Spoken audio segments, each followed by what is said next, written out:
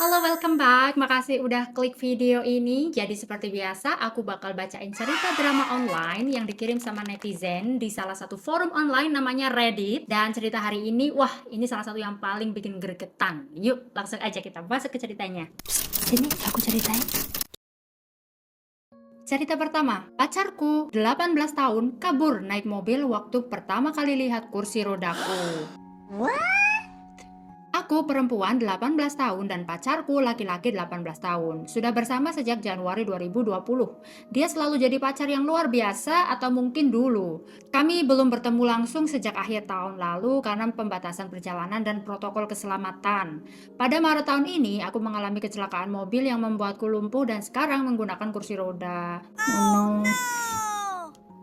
Dia nggak bisa mengunjungiku waktu itu, hanya kakakku yang bisa, tapi kami sering video call. Oh, ini lagi zaman-zamannya COVID, guys. Hari ini kami akhirnya bisa bertemu karena dia lewat di kotaku dalam perjalanan mengunjungi kakek neneknya. Kakeknya sedang sekarat. Oke. Rencananya dia mau menjemputku di apartemen supaya kami bisa pergi ke suatu tempat bersama. Dia melihat kursi rodaku dan ekspresinya langsung aneh. Aku kesulitan naik ke SUV-nya karena mobilnya tinggi sekali, Jeep Wrangler dengan ban besar. Jadi aku minta dia membantuku. Dia bilang aku bisa melakukannya sendiri karena aku bisa naik ke mobilku sendiri yang Mini Cooper. Dan dia nggak mau jadi pembantu pribadiku.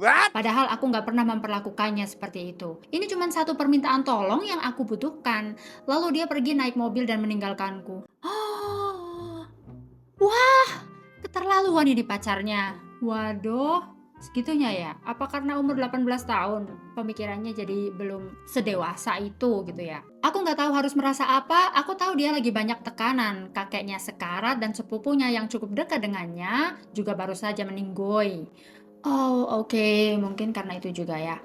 Mungkin dia cuma kewalahan dengan semua yang terjadi, tapi di sisi lain, apapun alasannya, dia nggak seharusnya melakukan itu. Aku bingung harus bagaimana, kakakku bilang tinggalkan dia. Salah satu temanku bilang, coba bicara dulu. Apa aku harus ngobrol sama dia soal ini? Apa aku harus putus? Aku harus gimana? Oke, bingung dia. Dia butuh relationship advice. Kalau menurutku sih, gimana ya? Udahlah tinggalin aja, udah kelihatan. Udah kelihatan red flag-nya. Itu menurut aku, tapi kita lihat menurut para netizen. Love netizen. Kadang-kadang pedas-pedas gitu omongannya. Waktu dia nolak bantu kamu dan pergi begitu saja, itu sama artinya dengan dia memutuskan hubungan kalian. Wah, langsung gitu ya udah kelihatan. Wow, wow, wow. Aku punya orang tersayang yang penyandang disabilitas permanen dan menggunakan alat bantu mobilitas. Hidupmu masih sangat indah ke depannya, tapi bukan dengan laki-laki ini. Dia baru saja menunjukkan siapa dirinya yang sebenarnya. Kamu belum bertemu dia sejak Maret dan dia mengabaikanmu dengan gak mau bantu satu permintaan sederhana. Kenali nilai dirimu. Orang gak akan memperlakukan kenalan biasa seperti itu. Apalagi orang yang dicintai. Sekali lagi, kenali nilai dirimu. Tanda bahaya besar. Apa dia sudah minta maaf dan mengakui bahwa apa yang dia lakukan itu gak bisa diterima? Kalau belum, kamu layak dapat yang lebih baik. Oke. Oh, si penulis jawab. Kejadiannya baru saja dan kami belum saling kirim pesan. Apa dia tahu tentang kondisimu? Dia jawab, dia 100% tahu. Berarti udah red flag banget nih udah. Putusin aja, putusin. Update 12 hari kemudian. Banyak yang minta update, jadi ini dia. Singkat cerita, dia sekarang sudah jadi mantan. Aku pikir-pikir dan memutuskan untuk mengakhiri hubungan ini. Jadi aku putus dengannya lewat pesan teks. Syukurin. Lewat pesan teks aja coba. Dia berusaha menjelaskan dirinya. Dia bilang dia panik waktu melihatku dan nggak tahu harus berbuat apa. Tapi aku merasa aku nggak bisa melewati kejadian itu. Dia memohon aku untuk kembali, tapi semua usahanya sia-sia. Pada akhirnya dia aku blokir. Sekarang aku menikmati hidup sebagai single. Wah, single and happy. It's better for you daripada punya cowok yang red flag begitu ya kan? Wah, semoga kamu langsung enjoy ya setelah bertindak seperti bos seperti itu. Senang banget lihat kamu mengutamakan mengutamakan dirimu sendiri. Ya, betul sekali. Waktu pertama kali aku lihat update ini, aku belum baca post aslinya. Jadi aku kira ini hubungan online dan dia ketemu kamu untuk pertama kali. Lihat kursi roda terus panik dan kabur. Lalu aku baca post aslinya. Ternyata bukan. Dia sudah tahu kamu lumpuh dan waktu dia datang menemuimu dan kamu minta bantuannya untuk naik ke mobilnya, dia malah marah dan meninggalkanmu. Itu bukan orang yang panik soal kursi roda. Itu orang yang memang bersikap menyebalkan dan gak mau bantu untuk hal yang sangat wajar untuk diminta. Lalu dia jadikan semuanya soal dirinya sendiri. Fakta bahwa dia setelah itu masih mencari-cari alasan untuk terus memohon agar kamu kembali, bukannya malu atau setidaknya balik untuk membantumu, itu menunjukkan banyak hal soal karakternya. Bukan cuma dari kejadian ini, tapi secara keseluruhan. Hidup terlalu singkat untuk omong kosong seperti ini, atau untuk bersama orang yang berbuat seperti ini. Bagus kamu membela diri sendiri dan gak mentolerir perilaku itu. Panik dan stres gak membuat orang tiba-tiba jadi menyebalkan seperti itu, kecuali memang dasarnya sudah begitu. Setidaknya itu pengalamanku. Wah, jadi netizen satu ini udah pernah ngerasain juga ya, dan berbagi ceritanya sedikit. Baguslah, 100% sepakat dengan netizen ini. Sepakat. Oke, cerita yang kedua. Aku 19 tahun wanita, menyetir 2 jam untuk kasih kejutan ke pacar, 19 tahun pria. Ternyata dia pergi seminggu, semua instingku bilang ada yang gak beres, tapi ceritanya dikonfirmasi semua temannya. Aku harus gimana? Kejadian ini lagi berlangsung sekarang, dan aku butuh bantuan supaya aku gak melakukan hal bodoh dan panik.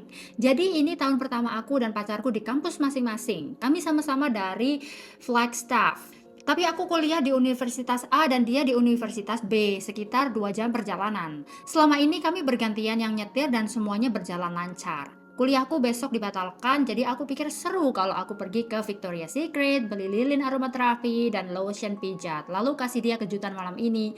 Wah, cowok mana yang gak suka ada pacarnya pakai Victoria's Secret gitu kan, beli massage, you know what's gonna happen. Aku sampai di asramanya dan lihat mobilnya masih ada di parkiran. Jadi aku pikir aku masih punya waktu untuk koordinasi sama teman sekamarnya dan kasih kejutan ke pacarku. Aku kirim pesan ke teman sekamarnya, nanya boleh nggak aku masuk duluan, dan dia bilang tentu saja. Tapi dia kasih tahu bahwa pacarku sudah pergi ke San Diego untuk sisa minggu ini. Aku kaget banget, keluarganya punya rumah di Imperial Beach, tapi biasanya dia selalu ngajak aku ikut ke sana. Aku telepon dia dan dia bilang memang dia mau pergi ke IB, Imperial Beach ya, IB. Tapi dia masih di Tempe, oke? Tempe itu nama ya, bukan makanan guys. Nama tempat. Tapi dia masih di Tempe, lagi beresin barang-barang. Aku minta ikut, dia bilang gak bisa. Ini acara khusus laki-laki. Aku bilang aku sekarang lagi di parkiran asramanya dan mau kasih kejutan. Responnya datar banget. Oh, ya baguslah. Dikasih kejutan sama pacarnya, cuman respon begitu pak. Ya Allah. Aku minta dia paling nggak mampir sebentar atau kita ketemu, mengingat aku sudah susah payah nyiapin semua ini. Dia dengan cueknya jawab, nggak bisa, kita udah di jalan tol. Lalu bilang, mungkin minggu depan dia bisa ke Tucson. Dan aku sebaiknya langsung pulang ke Flagstaff atau balik ke Tucson. Terus dia tutup telepon. Jir, ini udah kecium bau-bau yang aneh gitu. Aku cek posisinya di Find My Friends dan ternyata dia sedang melewati area asramanya persis saat kami ngobrol, bukan di jalan tol. Dia bisa dengan gampang mampir sebentar. Aku, mungkin ini agak bodoh, tapi aku telepon teman-temannya dan mereka semua bilang iya, dia memang dalam perjalanan ke IB. Yang mencurigakan adalah nggak ada satupun dari mereka yang ikut. Dan dia pergi sama teman yang nggak dikenal siapapun. Tapi mereka bilang aku nggak perlu curiga. Oh, kong kali kong ini temennya. Ya. Kayak mereka semua sudah dikasih instruksi apa yang harus dibilang karena jawabannya sama persis. Aku coba berpikir positif. Mungkin mereka bilang hal yang sama justru karena itu memang kebenarannya, ya kan? Enggak, Mbak. Enggak mungkin. Dah kecium banget ini bau-bau yang tidak enak. Tidak enak ini bau-baunya. Tapi semua instingku berteriak, ini bukan dia yang biasanya. Bahkan kalaupun dia mau ke IB, dia pasti kasih tahu aku dulu. Ini pertama kalinya dia pergi ke sana tanpa bilang apa-apa atau ngajak aku.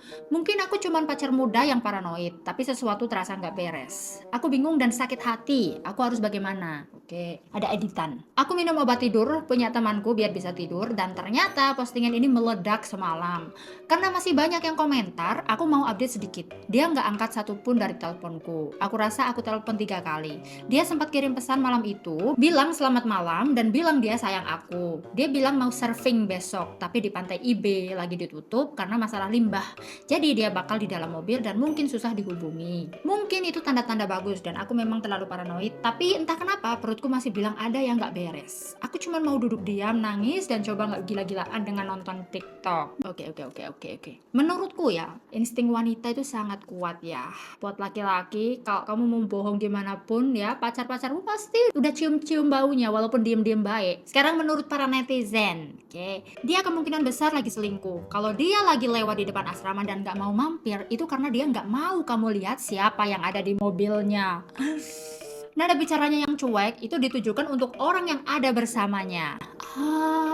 Buat kasih kesan ke orang itu bahwa kamu gak penting buat dia. Aku cuma bisa nilai dari apa yang kamu ceritakan, tapi sebagai manusia normal, kamu bisa merasakan sendiri kalau seseorang bersikap palsu ke kamu. Kalau terasa seperti sudah diatur, kemungkinan besar memang begitu. Kamu gak berlebihan, percaya instingmu, semua yang kamu ceritakan mencurigakan. Dan kalau aku di posisimu, aku sudah siap-siap untuk mengakhiri hubungan ini. Wow! Kan wanita itu benar-benar mengerikan. Kalau kamu udah salah, udah akuin aja ya, karena kita udah tahu, kita udah mencium dari 1000 kilometer kalau itu bau yang menyengat. Hidup wanita, hidup Jokowi. Iya, semua yang kamu bilang masuk akal. Aku rasa aku mau muntah saking nervousnya dia ya. Terus-terusan aku bilang, kamu gak perlu menangkap dia basah untuk bisa tahu dia selingkuh. Buktinya sudah ada. Dia bohong soal posisinya, teman-teman mencurigakan, dan dia gak mau mampir padahal bisa. Kamu gak perlu alasan, putus aja. Si penulisnya jawab, kalau saja semudah itu. Aku memang cinta dia dan gak bisa bayangin hidup tanpa dia. Tapi aku juga punya harga diri, dan menyakitkan sudah nyetir 4 jam, sudah nyiapin semuanya dengan susah payah. Sekarang dia gak angkat teleponku. Padahal kamu mau bikin surprise yang wow gitu ya, wow banget. Memang gak enak, dia gak sempat mampir, tapi dia kan gak tahu kamu datang, jadi wajar kalau dia punya rencana sendiri. Apa kamu benar-benar percaya pacarmu sebodoh itu? Minta semua temannya bohong demi pergi kemana? Selingkuh? Kamu khawatir soal apa tepatnya? Kalau kamu gak percaya sama pasangan, mungkin kamu perlu tanya ke diri sendiri, apakah hubungan ini layak dilanjutkan? Netizen satu ini lebih ke netral gitu ya, nggak condong ke ceweknya banget. Oke, jawaban si penulis. Kami memang ada rencana nggak resmi buat hiking akhir minggu ini. Dan dia bilang akan telepon begitu sampai di IB. Tapi ya fakta bahwa semua orang bilang hal yang sama persis. Ada teman yang belum pernah aku temui dan dia lewat di dekatku tanpa nggak mau mampir. Itu yang bikin semuanya terasa sangat mencurigakan. Pembelaan yang sangat kuat sih menurutku ya. Blok nomornya dan jangan pernah hubungi dia lagi. Si penulis jawab, kalau saja semudah itu. Lagi. Kakak perempuan kami sudah kayak sahabatan seumur hidup. Adik laki-laki kami satu tim mountain bike. Orang tua kami berteman baik. Ini tipe hubungan di mana kita akan selalu tahu kehidupan satu sama lain selamanya. Oh, sedekat itu keluarga mereka. Ngomong-ngomong, aku sempat telepon kakak perempuannya dan ternyata dia pun gak tahu pacarku pergi ke rumah mereka di IB dan bilang harusnya dia minta izin ke orang tua dulu. Itu makin mencurigakan. Udah ini fix ketahuan. Udah ketahuan, udah kelihatan banget. Apalagi keluarganya sedekat itu gitu ya. Oke, update 2 hari kemudian. Aku pada dasarnya terus-terusan refresh sambil menunggu postingan pertamaku genap 48 jam. Karena setelah semua yang aku temukan, aku rasanya mau meledak. Aku nangis lebih banyak dari yang pernah aku bayangkan. Aku sudah habiskan berjam-jam di telepon dengan ibuku, ibunya, kakakku, kakaknya, teman-temanku, dan banyak juga di telepon. Oke, balik. Dan gak ada yang membantu. Mungkin dengan menulis ini akan sedikit membantu. Ternyata memang benar, dia pergi sama perempuan lain. Dia kepergok oleh kakak-kakak perempuan kami yang sudah jadi sahabatan seumur hidup. Mereka memutuskan mereka juga butuh liburan ke pantai, jadi mereka langsung meluncur ke sana pagi kemarin.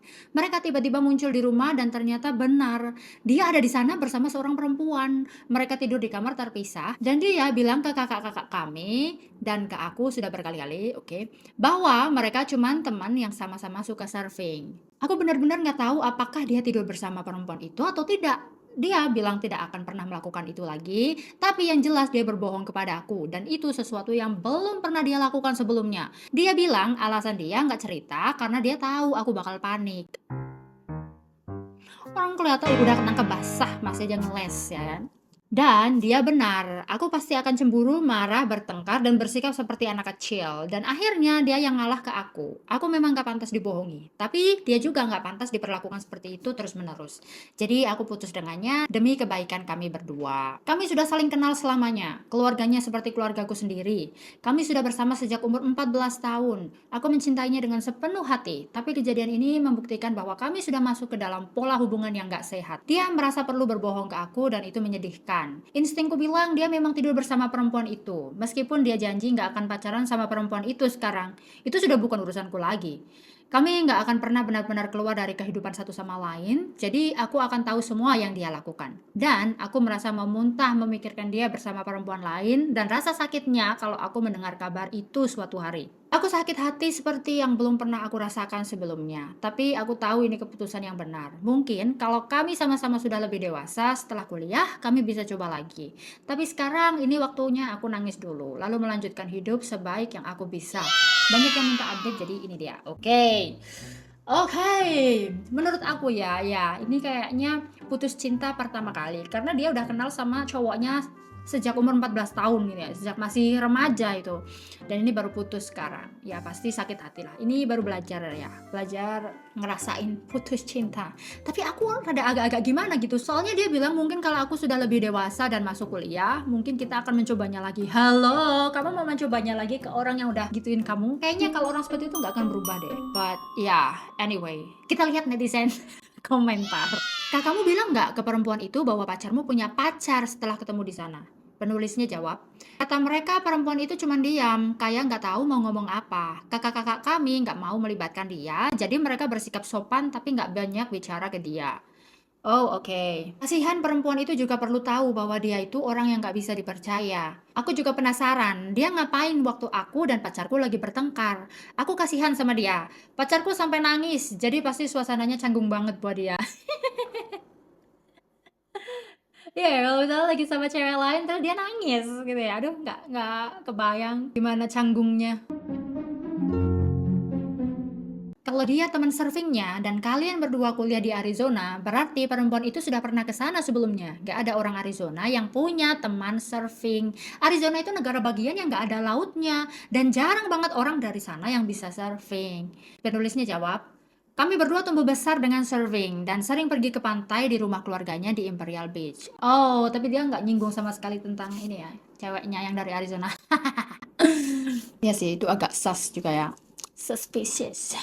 Aku komentar di posting pertamamu dan aku mau tanya lagi, menurut kamu pacarmu ini bodoh? Serius, aku tanya. Setelah kalian sudah bertengkar, setelah dia kasih tahu kamu kemana dia pergi, setelah semua temannya juga konfirmasi ke kamu dan mengetahui kakak-kakak kalian bisa tiba-tiba muncul di sana. Apakah dia sebodoh itu untuk selingkuh tepat di tempat yang dia sendiri kasih tahu kamu dan semua orang? Mereka tidur di kamar terpisah. Aku nggak percaya dia selingkuh kalau dia seidiot itu. Ini gimana ya? Ini kayak bela cowoknya tapi nggak juga gitu. Itu tetap nggak pantas. Nggak pantas. Jangan salah paham, tapi aku cuman nggak mau kamu tersiksa dengan pikiran itu. Oke. Ini apa ya? Nyinggungnya sangat pedas ya. Penulisnya jawab, kamu punya beberapa poin bagus, dan demi apa yang pernah kami miliki bersama, dan karena kami akan selalu tahu kehidupan satu sama lain, ibu kami sudah bersahabat sejak hari pertama kakak-kakak kami masuk TK, dan mereka sekarang sudah 24 tahun. Wow, oke. Aku harap dia memang benar-benar nggak selingkuh. Tapi intinya bukan soal dia selingkuh atau enggak. Dia berbohong ke aku dan aku pun tahu aku tidak akan bereaksi dengan baik. Bahkan kalau dia jujur sejak awal. Hubungan kami nggak sehat dan belum cukup dewasa. Sakit banget tapi aku rasa ini yang terbaik untuk kami berdua. Good for you girl. Menurutku kamu harus ketemu sama orang di luar dulu ya. Nggak cuma di sekitaran kamu ya. Belajar lagi. Cari pengalaman. Oke, cerita satu ini mencari saran ya. Apa aku keterlaluan karena kasih ultimatum ke pacarku? Sahabat baiknya yang baru putus, basically sudah pindah ke apartemen kami. Hai semua, sekarang aku masih lagi dikirimin pesan sama pacarku dan kami masih bertengkar. Tapi aku mau sempatkan waktu untuk posting ini karena tadinya aku sudah mau nulis beberapa hari lalu tapi lupa. Jadi sebagai gambaran, aku laki-laki 24 tahun punya pacar yang akan kita sebut Kelly, perempuan 23 tahun. Kami sudah menyewa apartemen pertama kami bersama selama sekitar 8 bulan dan dia sudah pindah ke sini. Aku tahu beberapa orang berpikir harus menikah dulu, tapi aku sudah kenal dia bertahun-tahun dan aku percaya dia. Atau setidaknya aku dulu percaya, sampai sekarang. Semuanya berjalan baik sampai belakangan ini. Tapi menurut aku, masalah terbesar dalam hubungan kami sejak dulu adalah sahabat masa kecil Kelly. Namanya Jude, laki-laki 23 tahun. Jude dan Kelly punya sedikit riwayat soal nggak menghormati batasan. Aku dengar dari salah satu teman bersama mereka dan aku juga sempat menyaksikannya sendiri beberapa kali, tapi nggak pernah separah sekarang. Karena selama ini Jude punya pacar yang banyak menyita waktunya. Sekitar 3 minggu lalu, Jude dan pacarnya putus. Sejak saat itu, hidupku jadi neraka. Jude nggak bisa sendirian, jadi apartemen kami jadi tempat nongkrong tetapnya. Oke, jadi benalu ya, oke. Dia datang setiap hari jam 2 siang, bertahan sampai makan malam dan baru pergi larut malam. Rutinitas kami berantakan. Kalau aku mau nonton Netflix sama Kelly, Jude sudah nyangkut di sofa duluan. Kalau aku mau masak makan malam buat dia, Jude sudah duduk di meja makan ikut makan makanan kami. Aku nggak punya waktu berdua sama Kelly sama sekali sejak Jude putus. Aku sudah coba bersabar karena aku tahu Jude lagi patah hati dan aku pernah merasakan hal yang sama. Tapi ini sudah keterlaluan. Aku merasa kayak tamu di rumah sendiri. Semalam, Jude masih di sofa kami jam 11 malam, scrolling Instagram mantan pacarnya. Aku kasih sinyal ke Kelly bahwa sudah waktunya dia pulang. Kelly pura-pura nggak dengar. Akhirnya aku langsung bilang ke Jude bahwa sudah malam, aku ada urusan pagi-pagi. Jude kelihatan tersinggung dan pulang. Begitu dia pergi, Kelly langsung balik ke aku dan marah-marah habis-habisan. Dia bilang aku nggak baik dan nggak punya empati. Dan nggak peduli sama perasaan Jude.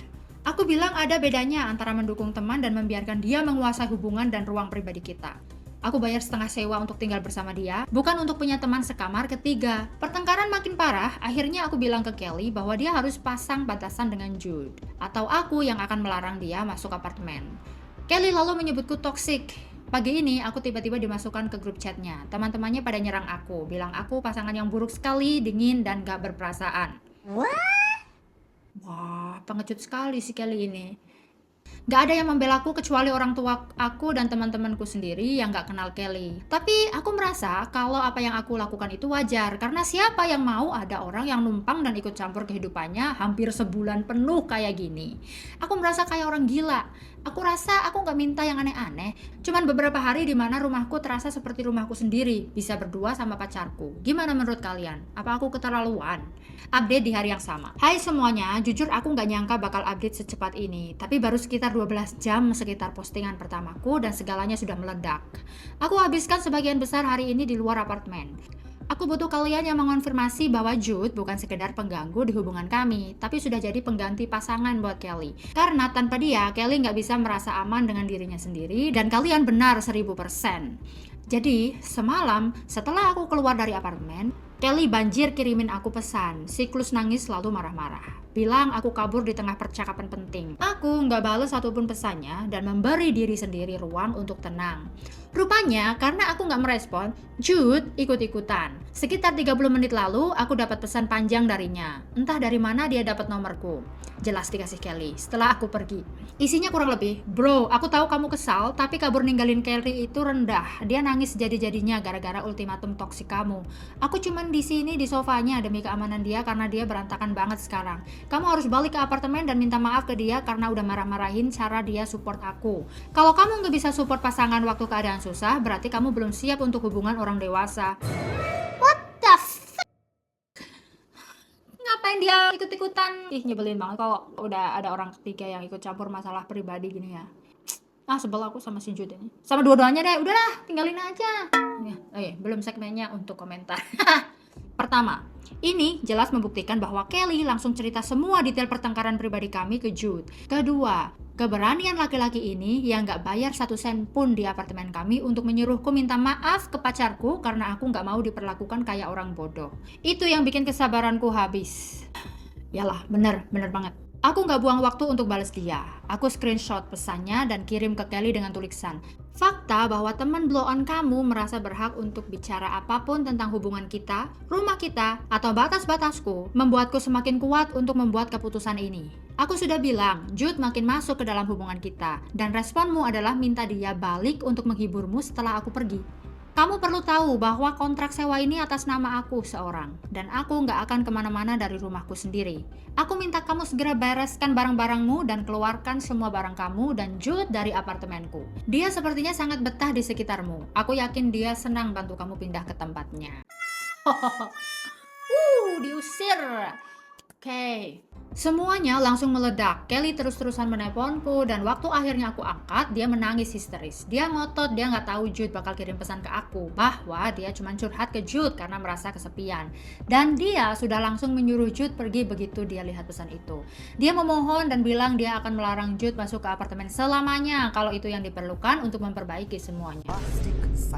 Tapi fakta bahwa dia baru mundur sekarang karena sebentar lagi dia terancam harus tidur di sofa bersama Jude, itu menunjukkan bahwa dia masih belum benar-benar paham mengapa sikapnya itu salah. Bahkan kalau Jude pergi sekalipun, ketidakmampuan Kelly untuk menjaga hubungan kami tetap sakral dan urusan pribadi kami tetap di antara kami berdua, itu adalah sesuatu yang gak akan pernah berubah. Aku sekarang mau balik ke apartemen dan temanku akan ikut sebagai saksi dan memastikan gak ada drama ketika aku resmi minta Kelly keluar. Ini menyakitkan hati karena aku benar-benar mencintainya, tapi aku gak bisa menghabiskan hidup aku bersaing dengan sahabat masa kecilnya hanya untuk bisa duduk di sofaku sendiri. Sofa yang aku bayar di apartemen milikku sendiri. Terima kasih kalian semua sudah memvalidasi kesehatan mentalku semalam. Aku mau balik ambil ruangku. Update terakhir. 2 hari kemudian. Hai semua, sudah banyak banget yang minta update, jadi ini dia. Update terakhir soal situasiku dengan mantanku. Wah, sudah jadi mantan. Oke. Pertama, terima kasih buat semua yang menghubungiku secara pribadi dan komentar di postingan sebelumnya. Membawa temanku waktu aku balik ke apartemen adalah saran terbaik yang aku ikuti, karena situasinya memang sempat sedikit panas. Waktu kami masuk, Jude sudah pergi. Syukurlah, karena aku nggak tahu apa yang akan terjadi kalau aku lihat mukanya. Kemungkinan besar aku yang masuk bui. Kan bakal dihajar gitu ya. Kelly juga nggak ada, tapi nggak lama kemudian dia datang. Begitu dia lihat temanku ada di sana, dia langsung tahu ini serius dan dia nggak bisa bicara manis atau pura-pura menangis untuk memanipulasi situasi ini. Jadi dia nggak teriak atau marah. Dia cuma minta temanku keluar sebentar supaya kami bisa bicara berdua 10 menit. Dan aku mengangguk tanda setuju. Begitu kami sudah berdua, dia tanya apa benar-benar nggak ada jalan keluar dari ini. Menurutnya ini cuma pertengkaran biasa dan bukan alasan untuk putus. Sikapnya itu semakin memperlihatkan bahwa dia nggak pernah benar-benar menganggap serius masalah ini atau memahami dari mana aku berasal. Mendengarnya ngomong langsung kayak gitu semakin mempertegas betapa jauhnya jarak antara kami sekarang. Aku pengen marah besar, tapi akhirnya aku nggak punya tenaga lagi dan aku nggak mau ini berlarut-larut. Aku dengan tenang menyebutkan semua masalahku satu persatu. Soal dia membiarkan sahabat baiknya yang aku sebut peliharaannya. Karena dia memang diperlakukan seperti itu, menguasai rumah kami sambil mengabaikan setiap keluhanku. Aku juga bilang bahwa dia salah karena memasukkanku ke grup chatnya dan membiarkan teman-temannya menyudutkanku.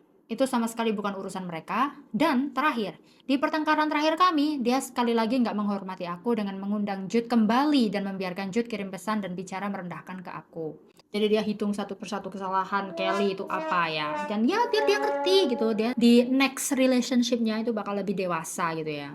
Dia minta maaf untuk semuanya, tapi itu sudah nggak berarti apa-apa buat aku. Aku nggak akan mengalah hanya supaya dia bisa terus nggak menghormati aku. Setelah itu, kami membereskan semua barang-barangnya dalam keheningan yang canggung banget. Temanku masuk lagi dan ikut bantu bawa barang-barangnya ke mobil. Semuanya selesai cukup cepat, tanpa pertengkaran tambahan, tanpa drama lagi. Waktu dia akhirnya menyerahkan kunci cadangannya, dia bilang kakak laki-lakinya mengizinkan dia tidur di kamar tamu untuk beberapa minggu, dan bahwa Jude menawarkan sofanya. Tapi dia bilang dia butuh jarak dari Jude juga. Aku harap demi kebaikannya, dia benar-benar menjaga jarak itu, karena persahabatan itu menurutku memang gak sehat. Tapi, apapun yang dia lakukan sekarang bukan lagi urusanku. Sekarang, aku akhirnya bilang bab itu sudah selesai dan rasanya sungguh lega. Salah satu teman bersama kami kasih tahu bahwa Jude lagi nyindir-nyindir aku di media sosial.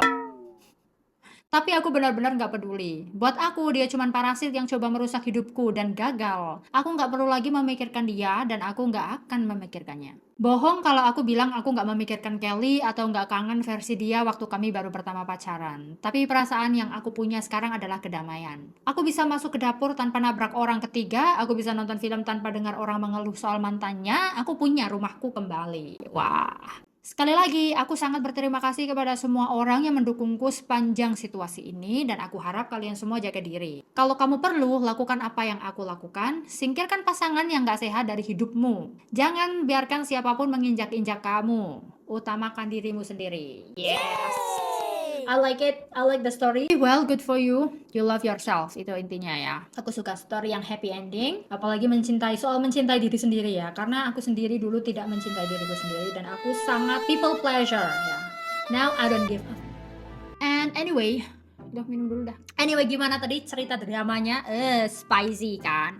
Kalau kalian suka, boleh klik like-nya. Dan jangan lupa subscribe, karena aku akan terus bawain cerita-cerita drama yang spicy seperti ini. Dan gimana menurut kalian cerita drama ini? Komen di bawah menurut kalian gimana enaknya, gimana penyelesaiannya, ya kan? Dan ketemu lagi di video berikutnya. Stay curious, stay sane. Bye!